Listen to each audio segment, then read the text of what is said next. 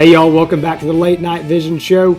If you are a fan of the Late Night Vision Show and you have been watching this channel very long, then you know exactly where we are. This is a familiar spot to us. Hans and I are here today at the headquarters of Cellmark in Mansfield, Texas. That is the U.S. distributors for Pulsar and for Sightmark and many other brands. But we are here today with Jeff Murray and Chase Stevens, and we're going to talk to these guys about what's going on 2021, maybe going to talk about some new stuff, some exciting stuff coming to the market. But guys, thanks for having us again today. Thanks for being on. Yeah, you know we're going to ask about new stuff, so stay tuned for all that towards the end of the show. We've got a lot to talk about. Hopefully you come to this podcast because you see that we are breaking everything that we can, the latest and greatest in night vision and thermal optics. We are here in Mansfield, Texas, and we've got something new to talk about. We've got some special honors to bestow on these guys, and we should just, jump right into it because we've got something in front of us that's pretty exciting that we want to show and talk about a little bit. I want to talk about a couple things real quick. So normally every year we come up here and either do a show in January or maybe at the SHOT Show, one of the two. We try to meet with these guys around the SHOT Show. That's a big deal for Hans and I, and for this whole industry is the Shooting and Hunting Outdoor Trade Show every January and December. Well, as everybody knows, 2020 was a curveball year, and we were just really starting to kind of come out of all the COVID stuff in January of 2021, and the SHOT Show was one of the victims to COVID. So we did not have a SHOT Show 2021, and that really just shook up our whole industry because that's the normal time when all the new stuff comes out and everything gets announced. Well, these manufacturers were all still having production problems, getting everything done in the timelines that they wanted, and they didn't have the SHOT Show coming with that pressure to go out and release everything and announce it at once. And so we met with these guys. Hans and I actually came up here and talked to them in January, but it was like, let's not record a show and talk about a bunch of stuff that may or may not happen. We don't know what's going on with production. We don't want to, they've taken the approach of not announcing things, recently that unless they've, got them in stock, got it here. So that's kind of the new approach they're taking. So want to talk about a bunch of stuff that's not coming. But I think the last time we had a show here was for the XG50 release. That's right, September. So almost a year ago. Yeah, right at a year. That's exactly right. It's been a while. We did miss some time because of COVID, but it seems like things are getting a little bit back to normal. I'll tell you, when we pulled up in the office building, there's a lot. I told Jason, I was like, there are way more cars here than I've seen in a long time because we've been here through COVID, and it's been a kind of a skeleton crew with some of the people working remote, which we're all accustomed to and used to. But Jason had to drive around 2 or 3 times to find a parking spot. I did. I was like, and they're adding on in this place. Every time we pull up, they're adding on. Yeah. But real quick, I just want to go over a couple things that some optics that since we were here in September that have come out and changed and some new things. And we'll just kind of go over those briefly. Let's talk about handhelds. The Helion 2s. The Helions are the number one thermal monoculars in the industry for, they came out 2017, and they just keep getting better and better. Tell us about the Helion 2, Helion 2 Pro.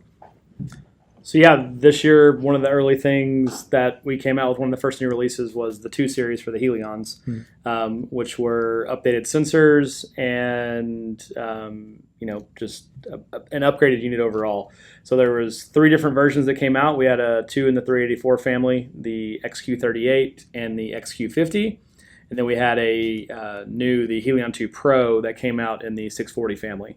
So those were existing upgrades that we put in place, and we were able to maintain the exact retail price points of all those units. And they all actually got larger diameter objective lenses. Part of the 2 series was they went to a true either 38 or a true 50 millimeter lens, depending on which size that you had. So the fit and form of the scope of the actual bodies had a slight change to them. Right. So you will notice that the lenses got slightly bigger and in comparison to the bodies. That's one thing that we talk about a lot, Jason, and a lot of people that we talk about on the phone. These improvements are being made every year.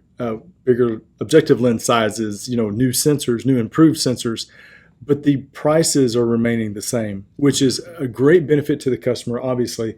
But as a company, you could charge more for that. I mean, it's more value in that. Right. But to see that that Pulsar as a company has decided to keep those prices remain the same and continue to make these improvements, whether it be through software, firmware updates, and like I said, new sensors, bigger objective lens.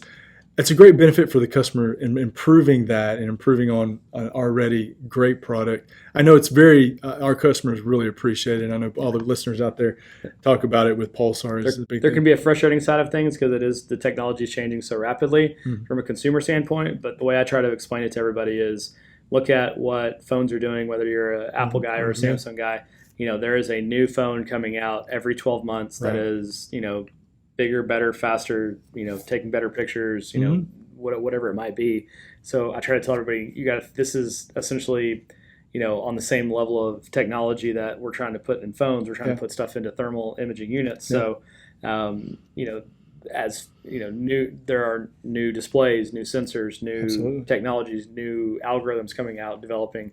There's all kinds of new technology that go into these units. And when we have the ability to put something out that is better than what we were making before, then we want to pass it on to the customer. So sometimes customers can get caught in the rough spot of I bought a unit a month ago and then they come out with something, an upgraded unit, same price. Yeah. But our vision is to always be pushing the envelope in terms of technology and what we're putting on the market. You're exactly right, and there's always going to be advances. You got to, as an industry, as a company, we've got to advance. We can't just keep rolling the same thing out. But those iPhones that they make the improvement, I looked the other day and a buddy showed me his phone. It's got 4 cameras on it now. I'm like, you got to be kidding me. Where are they going to fit another camera on this phone?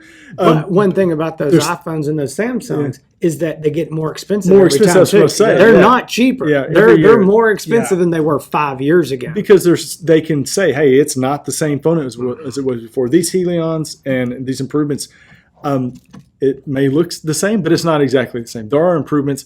You and I have done side-by-side videos on and put them up on YouTube with the differences in some of these optics and the new sensors.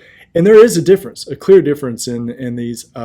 So, I mean, that's the thing I know that we appreciate. It helps us when we're trying to suggest these optics and we're not having to talk about, well, this one's more expensive because it's got this. Right. It's just seamless through a year and through different models. But and Jeff made the comment that sometimes there's some frustration involved in that, and I get it as the consumer. But the way that I explain it to people is this: if you look at it from the manufacturer's point of view, we're making this scope, and we can put new parts in it to improve it, and it's going to cost the consumer $0. So should we sit on this and let our competition do it?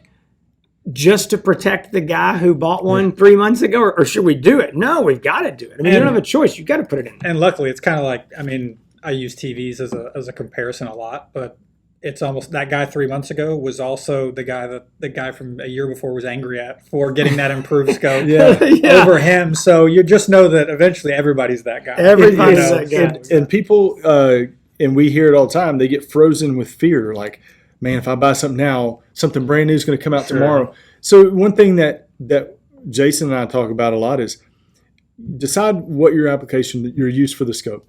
Find something that matches it, find within your budget, buy it and be happy with it. And don't keep looking out there until you're ready to buy something else. But you buy a car, you know every year a new one's going to come out, but you buy your brand new 2021, Chevy, Ford, whatever, there's going to be a new one come out in 2022. Absolutely. But you know what? How many times do you regret that purchase? That's right. I mean, you still love it. You still love it. As you know when you got it. So what I tell everybody is, and it's the wrong thing to say, but I say buy it and then turn off the late night vision show. I don't want you to do that, but then you won't know. You don't even know what you're missing. Well, let's keep going down the list. There's more stuff here. the Accolade 2 Pros. Those came out as well. So, in the past, there was a lot of Accolades. There was multiple models back 2 or 3 years ago, actually kind of confusing, so many models. Y'all got it down to the Accolades 2 with one model, which was the XP50 LRF. Now it's the Accolade 2 Pro XP50 LRF, whatever all those numbers are. Tell us what's different on that unit. So this one just got the updated sensor. That was the main thing that the Accolade got. And kind of some reasoning in the SKU rationalization behind that was we looked at the volume, and it was overwhelmingly everyone was buying strictly the 640 version of the Accolade series. So when we looked at production, we didn't think that it was going to hurt the overall sales for that family if we just made it in that one series and we could produce more of them. Everyone wins in that situation.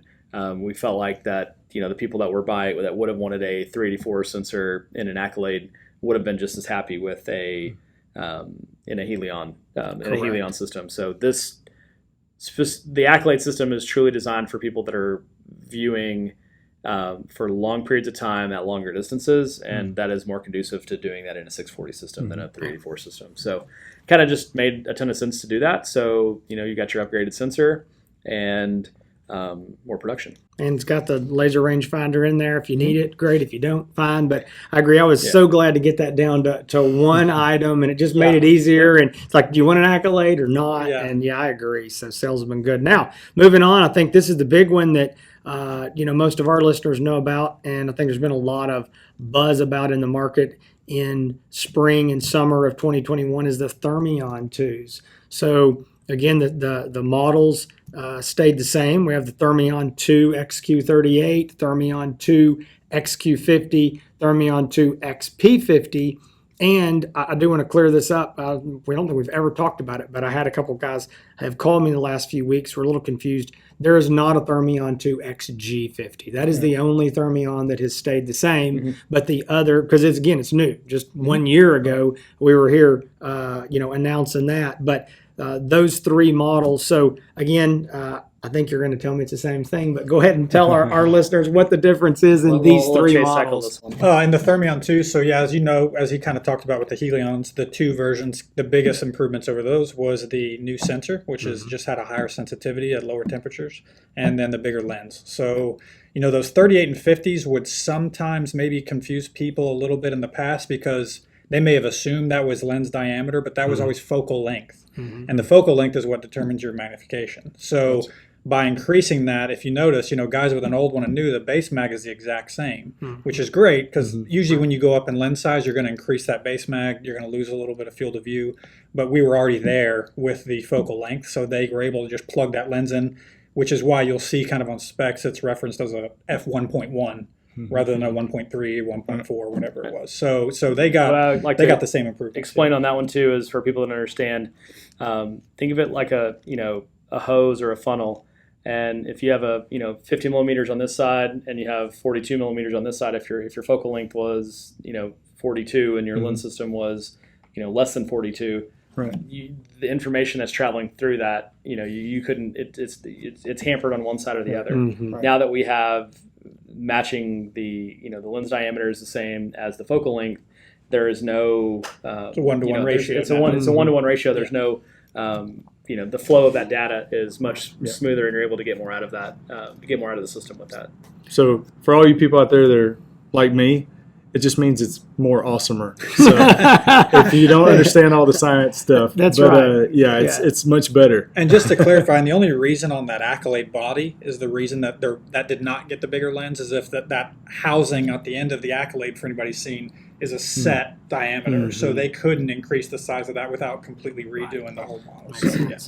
So we've gone over, kind of what the changes have been this year. I mean, that's 3, 4, 5, 6, 7. I mean, there's 7 new optics that have, I should say new, they're upgrades within that system. And that's another thing that I think a lot of people have come to appreciate with Pulsar is, yes, there's change, but it's not always this drastic change. It's not like, okay, this year we got this body style, next year it's a new body style, next year we build on what has been done. I made a comment to the guy or a guy on the phone the other day that he was talking about one of these other companies, and he said, man, I just don't like the menu system. And he goes, the Pulsar menu is just so easy to use. And I said, yeah, but they've been building off that menu since before they were making thermal scopes, the old digital stuff. If you could pull one of those out, fire that thing up, its menu's going to go, oh yeah, they've just improved it over all these years. And so that's what I appreciate with, again, Helions, Accolades, Thermions. It's just building and making it a little bit better and a little bit better, which going back to the phones, it's kind of what we're seeing. It's not that recreating the wheel over and over. Sometimes that has to happen, but... Sure. So, I want to talk about something new we've got here on the table. I'm excited. Hans and I have been getting to play with this a little bit, and this is something new. Now, it's definitely got the cool factor. I'm going to show it. I'm going to let Jeff explain it, but I want to just hold this up and show it. So, if you're looking at this, we've been talking about Accolades. If you're familiar with the Pulsar Accolade, binoculars, bi-oculars, you're going to look at this and say, well, that's just an Accolade, but it's actually not. So Jeff Murray, tell them exactly what this is. Let me show them those. You'll notice something there. So this is the first consumer version to hit the market of a multi-spectrum or fusion unit, depending on which term you want to call it, unit. So what this allows you to is in one system you now have a thermal image, a digital image, and a fusion image as well. So with that, so kind of getting into the specs that you were talking about. So on the thermal side, we're using the 384 sensor, 30 millimeter lens, and it is a fixed focus unit on the thermal side of things.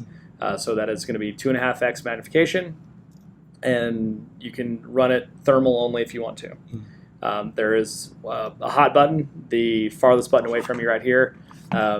It will one touch of the hot button, and it will change it from thermal to digital. With digital, you're looking at a 3.5x base magnification and a complete black and white digital image. And before I even go on, I will say that it is probably one of the best, if not the best, digital images I have seen. I agree. In terms of anything handheld, rifle scope, whatever it is. The digital image quality of this unit is phenomenal. And then the last function of the scope is you hit your hot button one more time, and it will fuse those two together. So when you fuse those two together, it will automatically change the thermal into the kind of the rainbow color palette, and then have the digital overlay. So you'll be able to have a little bit of you'll be able to have the definition of the digital, but the identification of the thermal. So that's kind of the beauty of this unit, and I'll let Jason and Hans kind of explain a little bit here in a second. But using this in the field in different scenarios, both in urban environments and in rural environments, being able to spot and identify objects at 5, 6, 7, 800 yards, depending on conditions and different things. With the thermal, and then being able to stock up closer and flip it over between digital and thermal is a really cool feature to have, and it's the first of its kind on the market for the commercial side of it. So folks out there, you did hear right. This is the first of its kind. When we were here in January, we every year we have a meeting with these guys, and we have the pleasure of meeting with them. We kind of go over, I guess, I don't know if you call it the playbook, but there was some mention of this, some brief mention, and to be able to actually see it in person. This is, and you did hear it right, this is a night vision digital optic combined with a thermal in the same unit, and basically you can, what they call fusion, overlay the thermal on top of the night vision. I don't know if I'm explaining that correctly, but there, immediately Jason and I's brain is, who can use this? Who is this good for? Because we want to make it relate to somebody, and there are groups of people out here other than this just being really cool, because being able to use this and not using it out in the woods, we used it. I was messing with it earlier, and to be able to see, I was looking at you were walking around in the office or something, and everything around you is just digital, clear night vision, digital image, and you're glowing. You look like a cartoon. It's like blues and orange and yellows, but it's so cool to see well, like I said, what they call fusion with a thermal image and thermal color overlaid of a digital night vision image. It's a neat optic. And like I said, there are some uses, and we're going to get into those here. Yeah, really so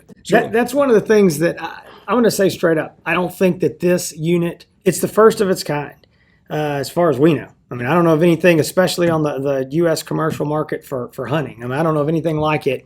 And so I don't think that every hunter out there that owns a digital or thermal scope is going to run down there and go buy one of these. I don't think it's for everybody, but I think there's some people that are going to run down there and buy this thing in a hurry because it's going to fill some needs. It is definitely for some select people out there. And I remember talking to people 2 years ago, said, man, I wish I had something that was night vision and thermal that I could use to benefit of both. So let's run down who this might be good for. And I'll start because this is something that comes up. He's going to take the easy one. Because I know what he's going to say. But the ones you're going to talk about are really good. I know what he's going to say. Yeah, it's something we deal with a lot. But we deal with it all the time. Coyote hunters that are hunting, they like to use digital night vision because of, especially guys will put it, I don't want to shoot my neighbor's dog.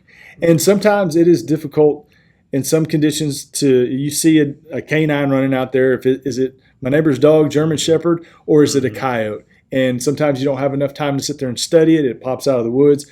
And to be able to detect an image like a hot spot, like an animal, so to be able to detect it right away, which that's the whole thing, is just knowing something's out there.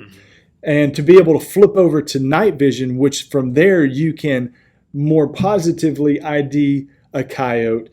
For all of you out there that are concerned and only use night vision and you haven't bumped up to thermal because you were afraid of the ID and not IDing properly, this solves your problem. Because with thermal, we all know you are going to be able to see a target quicker.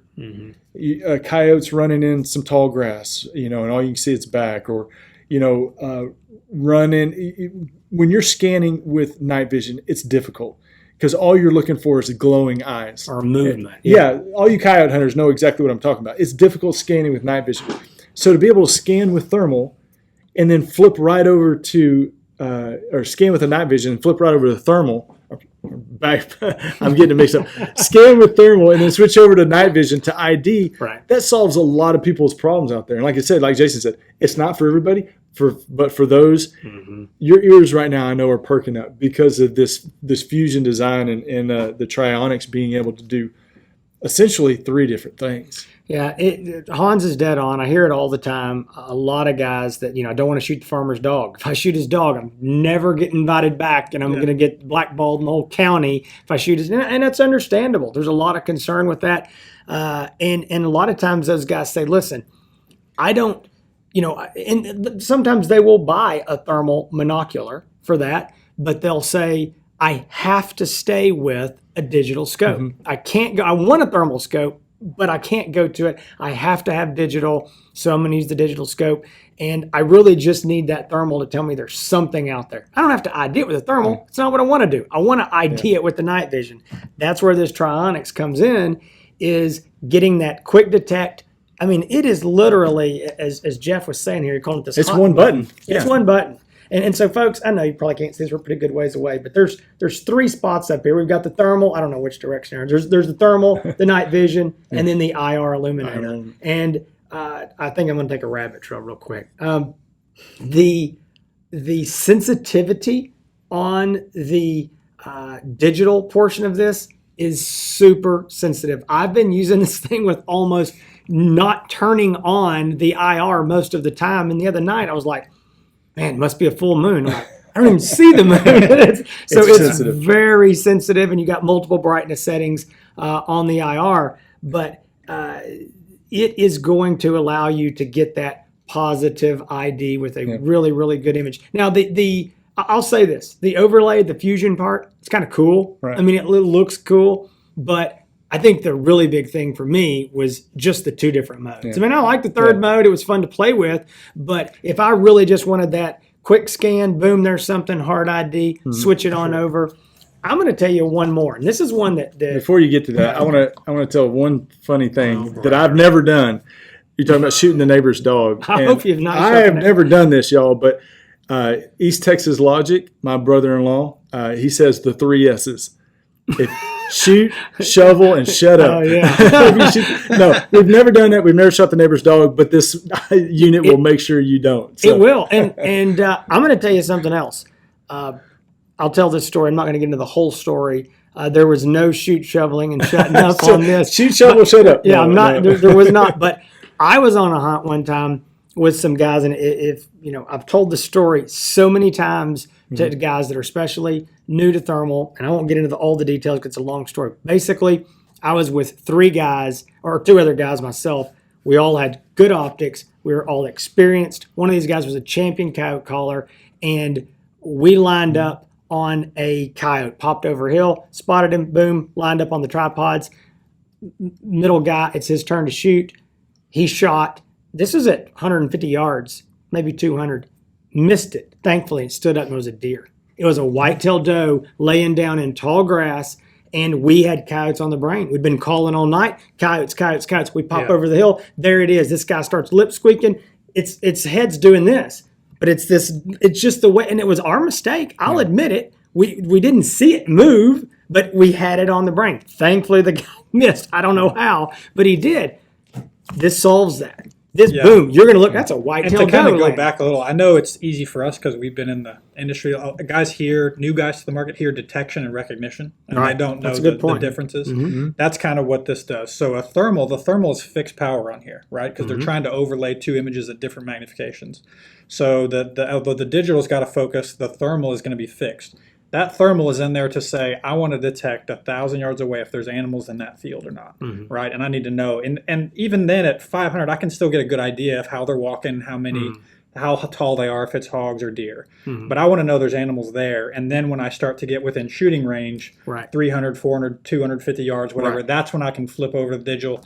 And that's when it turns into recognition, exactly what I'm doing. So that's kind of, just to clarify for some of the newer people. Good point, Chase. One of the other markets that I don't think you guys have mentioned yet that we're excited about is guys that are operating any type of like game ranches or that are trying to manage their whitetail population on their ranch. Being able to go out at night and find them at a long distance and then flip it over to digital. As you know, when the deer are out of velvet, it's extremely difficult to tell if that's a buck doe, what the horn structure looks like with thermal. And now you're able to identify at long range, like Chase was saying, and then get closer and flip it on the digital, and you're going to know exactly, which deer that is or what animal that is, and be able to kind of track that for whatever purposes you're doing. And I wouldn't and that's a great point, and one that we hadn't thought of. And I wouldn't, limit it there, hog hunters, because you see a hog 300 or 400 yards away, like I did the other night, and it was in tall grass. I mean, you could see that there was something out there, but it was moving in some cows. Well, you don't know if it's a calf or what.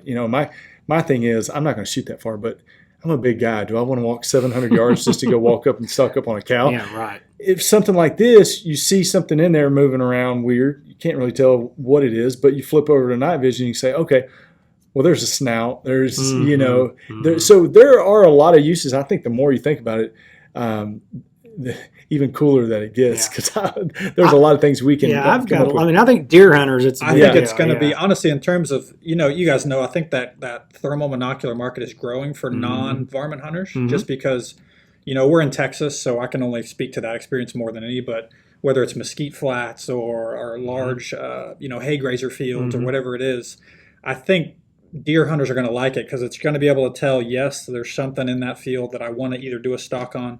Or even if I'm stand hunting, if you're looking at those mesquites, I can stare through those big mesquite flats till my eyes go crossed and have bucks cross there all day long and I miss them. Well, I can just spot them in the thermal and then flip over. And it is sensitive enough to where you don't have to have the IR and get that reflectivity back sometimes all the time. So I think it'll be a good monocular even for non-varmint hunters, honestly. So one thing that I was thinking of too, and I know I sell a lot of thermal monoculars to guys who just deer hunt. And their deal is, listen, I'm walking into the stand early in the morning. The deer are already there. I do not want to bump those deer off the feeder. I want to see if there's something there, and I'm going to sit down. But I've had some guys tell me, and we've all been there, it's like, well, I sat down. Now what? When do I go in? And it's like, if I could tell what it was, you know what? If it's a doe and 2 fawns, all right, I may bump them off. I got to get in the stand before daylight. Now you're going to be able to say, hey, wait a minute. This is that big buck. I'm going to sit here. I'm going to wait till hopefully get shooting light, and I can shoot him from right here if I have to. I do not want to push off my target buck off the stand right now. So, again, I think we can go on and on. When Hans and I do our formal review of this, I think we're going to bring all of these examples back up. It'll probably be a repeat, but there's going to be even more. And then another thing, obviously we sell a whole lot to the professional market, law enforcement market out there, and this unit will allow you to see, like, you can be in a squad car, you can be in your car, and with the digital aspect of this, you'll be able to see through the window in more of your like urban situations. So there is an aspect of this also you have the facial recognition. So if they're doing any type of operation in terms of like a drug bust or something like that, they can, digital is extremely difficult to tell facial recognition and stuff like that at different distances. So with this now, you're able to have facial recognition with that as well. So there's a lot of interesting niche market stuff and little scenarios that this will help in. The boating market's another one that's extremely getting more and more popular as you're coming into marinas, as you're coming into areas that you've never been before. It might be you might have gone to Party Cove or wherever a little too late. You need to get back, and now you're able to spot things in the water and then flip it over to digital and see exactly what that is in the water. If you're doing any kind of the night fishing, any of that stuff. So there's a lot of really cool niche markets that this solves a lot of problems. And I think that we'll continue to find out more what these the uses are going to be good for. Now, I know we don't have these guys for too much longer, and I know we got a lot more stuff to get to, or not a lot more, but we got a couple more. So listen, folks, we do this anytime that we're with any of these manufacturers. We have them on the phone or we're in person. I think we owe it to our listeners to say, what else is new? I mean, thanks Santa Claus, but you got anything else in the bag? I mean, what do you got? Anything coming? Anything we can talk about? Can't talk about it yet, but I will tell you this: our production roadmap is pretty exciting for the next, 6 months to a year. I think Chase can probably agree to that. I would say, if I know SHOT Show kind of for an end user perspective, sometimes they at least get to see what's coming. So it's an exciting time for a bunch of manufacturers, but we've kind of going that new strategy where instead of whetting your appetite 10 months early and you've got a long time to wait, we'll wait till it's here. Mm-hmm. So if anybody was thinking, hey, Pulsar just made a couple minor improvements, or even large improvements to families that already existed, that's probably all they're doing this year. I would say stay tuned, because that is definitely not all they're doing this year. And the fusion technology now just getting, as we know with our factory, they're kind of like a shark. They don't stand still. So this will be the first go at this new tech that no one's ever fused together. And that's just the first step, and what'll come after that in other forms or rifle scope form. I would say just sit back and wait. Just stay tuned to the Late Night Vision show or the Pulsar, social media pages or whatever. But there's more coming. Yeah. There's more coming. Well, I tell you what. Before we wrap it up with these guys, again, we know that a lot of y'all are loyal listeners and watchers of the Late Night Vision show, and every year we do the best of series, and so we take what we believe are the best thermal rifle scopes and digital night vision scopes and all this stuff for that year. And it's kind of funny, we do it at the end of the year and people are like, well, yeah, tell me what about next year? Well, if I can't read the future, so we're telling you what just happened. So we did that for 2020, and we awarded Pulsar and Sightmark, these guys, some awards. And we normally like to go hand these things out at SHOT Show. Again, this year there was no SHOT Show. Very delayed. Very delayed. But we brought these things with us, so I'm going to scoot back over here and grab these real quick. We're going to start with the very first one. This was for the best digital night vision scope on the market, and we awarded that to the Sightmark Wraith HD. Again, this was for 2020. I know there's some guys saying, but wait a minute, what about the 4K? Well, the 4Ks were barely in production. We just couldn't get them at the time. And this scope, the HD, the 2X, and the 4X sold like crazy all through 2020 and still are in 2021. And so The 4K is going to be a contender for 2021. That's exactly right. Yeah. Stay tuned Stay into tuned this for that. year. Yeah. I would hand this to y'all, but I'm going to put it right out here where they can see it. All right, there's that one.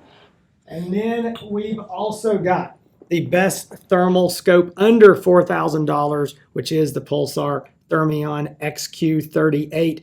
I will go ahead and say it because I know there's some guys watching this that are still on our back order list saying, I don't know, is it? It is a excellent scope. Hans and I still love this scope. It has been limited supply, difficult to get, but that's just because it is so popular and wonderful scope. Again, now we're talking about the Thermion too. So, hey, here's the good thing. If you waited on that list, I've still got guys who put in orders for Thermion ones that are getting Thermion too. So that's all right. We got one more.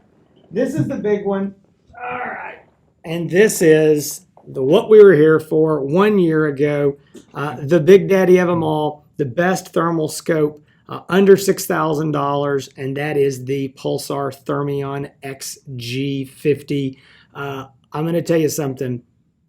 Hans and I have been doing this a long time. We've sold a lot of scopes, a lot of brands, a lot of price ranges, and we have never seen a scope that just blew up on the market, especially in this kind of a price range as the XG50, and sold as many as it did in such a short order. And it's still selling very well today, 1 year down the road.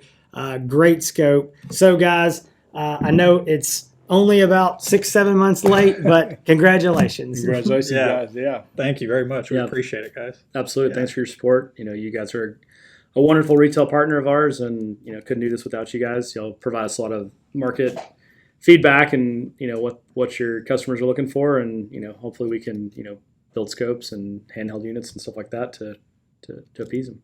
Well, that is great. Folks, we hope you enjoyed the show. We are always, again, thankful and honored to be back here at Cellmark with Pulsar and SiteMark guys, with Jeff and Chase. Again, always hoping to, break something new, not break it, break the news on something new, figure out what y'all can be prepared for that's coming down the road. Again, as Chase said, it sounds like there may be some more stuff coming between hopefully now and SHOT, and if not, then maybe in January. Whenever it is, we are excited. We hope to be back here, with these guys giving you that news again. So as always, tune in to the Late Night Vision Show for all the breaking news and information in this industry, and definitely go to Facebook, Instagram, YouTube, and check out Pulsar. You can go, what is it? It's because there's sometimes people get confused with there's the factory in Europe and then there's the US side. So I know if you go to Pulsar NV, like night vision, pulsarnv.com, that is these guys. That's the US side. If you go to Pulsar -NV, that is the European, that's the factory. So, most of the time you're going to want to go to pulsarnv.com to make sure. But if you're just searching on YouTube and Instagram, Facebook, what are they? Just Pulsar? Are they going to find you? Or yeah, absolutely. Okay. They'll find our page. I couldn't remember if it was Pulsar USA or what it was. Yeah, but if you do a general search on it's Pulsar Night Vision, then obviously then the thermal stuff will come up. And there is factory pages for those as well, but you can generally tell pretty quick if it's the the American. Great, American. Excellent. Yeah. Well, that has been a wrap, a good show. Thank you guys. I mean, giving us the opportunity to come up here, sharing this with us, only makes it better for you out there. You get to see this stuff. If you want to check out any of the past episodes of the Late Night Vision Show, you can do so on the latenightVisionShow.com. Looking for any Pulsar night vision or thermal optic, you can go check it out at OutdoorLegacyGear.com. You can always call us at 877-350-1818. Jason and I manning the phones. You got Michaela trying to do what she does on a daily basis. But we appreciate it. Y'all stay safe in the fields. Keep making them bacon pancakes.